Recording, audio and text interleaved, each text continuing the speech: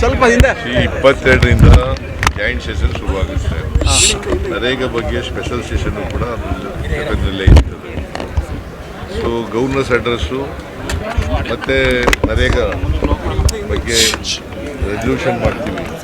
So ಅದನ್ನು 22ರಿಂದ 31 ನಡೀತದೆ. ಆಮೇಲೆ ಬಜೆಟ್ ಪ್ರಿಪರೇಷನ್ ಶುರುವಾಗುತ್ತೆ. ಸರ್ ದೆಹಲಿಗೆ ಏನಾದರೂ ಕರೆದ್ರೆ ಹೋಗ್ತೀವಿ.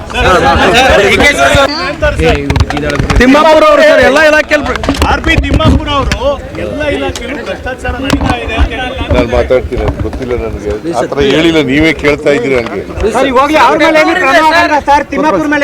ರಾಮಚಂದ್ರ ರಾವ್ ಅವ್ರ ವಿಚಾರ ರಾಮಚಂದ್ರ ರಾವ್ ಸಸ್ಪೆಂಡ್ ಮಾಡಿದ್ದೀನಿ. ಸರ್ ಫೆಬ್ರವರಿ ರಾಮಚಂದ್ರ ರಾವ್ ಅವರಿಗೆ ಡಿಸಿಪ್ಲಿನರಿ ಆಕ್ಷನ್ ತಗೊಂಡು ಸಸ್ಪೆಂಡ್ ಮಾಡಿದ್ದೇನೆ. ಸರ್ FIR ಶುರು ಮಾಡ್ತಾರೆ ಅಂತ